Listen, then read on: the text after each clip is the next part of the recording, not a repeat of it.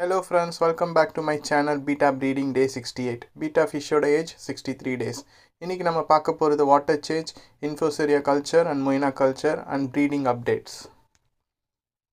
So 2 days back தான் நான் water change பண்ணியிருந்தேன். பட் இப்போ நம்ம ஃபுட் வந்து ஜாஸ்தி பண்ணிட்டோம். லைக் முன்னாடி வெறும் அட்டிமியா கொடுத்திருந்தோம். இப்போ நம்ம வந்து pellets and decapsulated கொடுக்கிறதுனால இன்னும் வேஸ்ட் ஜாஸ்தி ஆகுது. இன்னொரு ரீசன் ஃபிஷ்ஷோட சைஸ் அண்ட் க்ரோத்தும் இன்க்ரீஸ் ஆகவே ஜாஸ்தி ஃபுட் சாப்பிட்டு ஜாஸ்தி வேஸ்ட் போடுது. ஸோ இந்த கண்டிப்பாக எவ்ரிடே இதை நான் க்ளீன் பண்ணிகிட்டே வருவேன். அப்போ தான் வந்து ஃபிஷ் ஹெல்த்தியாக இருக்கும்னு நினைக்கிறேன். ஏன்னா இது வரைக்கும் நம்ம 100% சக்ஸஸ்ஃபுல்லாக எல்லா பீட்டா ஃப்ரைஸையும் காப்பாற்றிருக்கோம் except one. So after cleaning பார்த்தீங்கன்னா எவ்வளோ அழகாக இருக்குது பாருங்கள் டேங்க். இது வந்து நான் வந்து நம்ம வாட்டர் பம்ப் வச்சு தான் க்ளீன் பண்ணேன், பிப்பட் இல்லை. பிப்பட் வந்து டெய்லி பண்ணுறது. 2 days ஒன்ஸ் வந்து நான் வாட்டர் பம்ப் வச்சு நிறைய டர்ட் இருந்தால் எடுத்துடுறது. ஸோ அது பார்க்கவே நல்லாயிருக்கும்.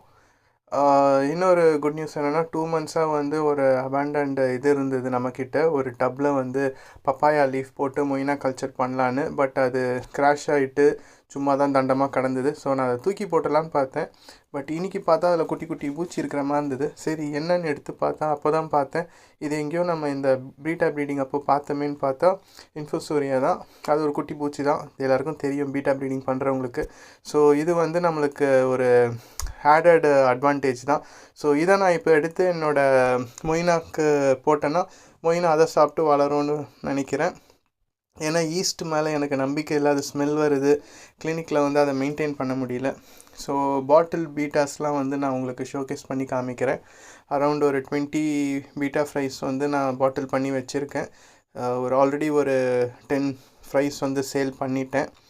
இப்போதைக்கு இவங்களுக்கு வந்து நான் மைக்ரோ பெல்லட்ஸ் தான் கொடுத்துட்ருக்கேன். ஃபீட் பண்ணி அதை சாப்பிட்றதும் பார்க்கலாம்.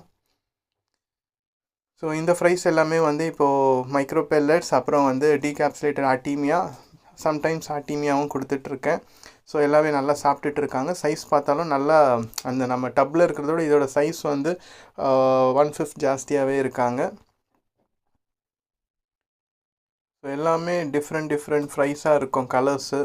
ஸோ இதான் என்னோடய ஷோகேஸ். ஸோ ஜஸ்ட் ஒன் கிளினிக்கில் ஒரு சின்ன செட்டப் தான். So thanks for your support. Few members இந்த கமெண்ட் செக்ஷனில் வந்து ரொம்ப என்கரேஜிங்காக பேசுகிறீங்க, ரொம்ப சந்தோஷம். ஸோ கீப் வாட்சிங், சப்ஸ்கிரைப் பண்ணிவிட்டு லைக் அண்ட் ஷேர் பண்ணுங்கள். யாராவது நீங்களும் உங்கள் ஃப்ரெண்ட்ஸும் வந்து பீட்டா ப்ரீடிங் ஸ்டார்ட் பண்ணோன்னே என் வீடியோஸ் பார்க்கலாம். தேங்க்யூ.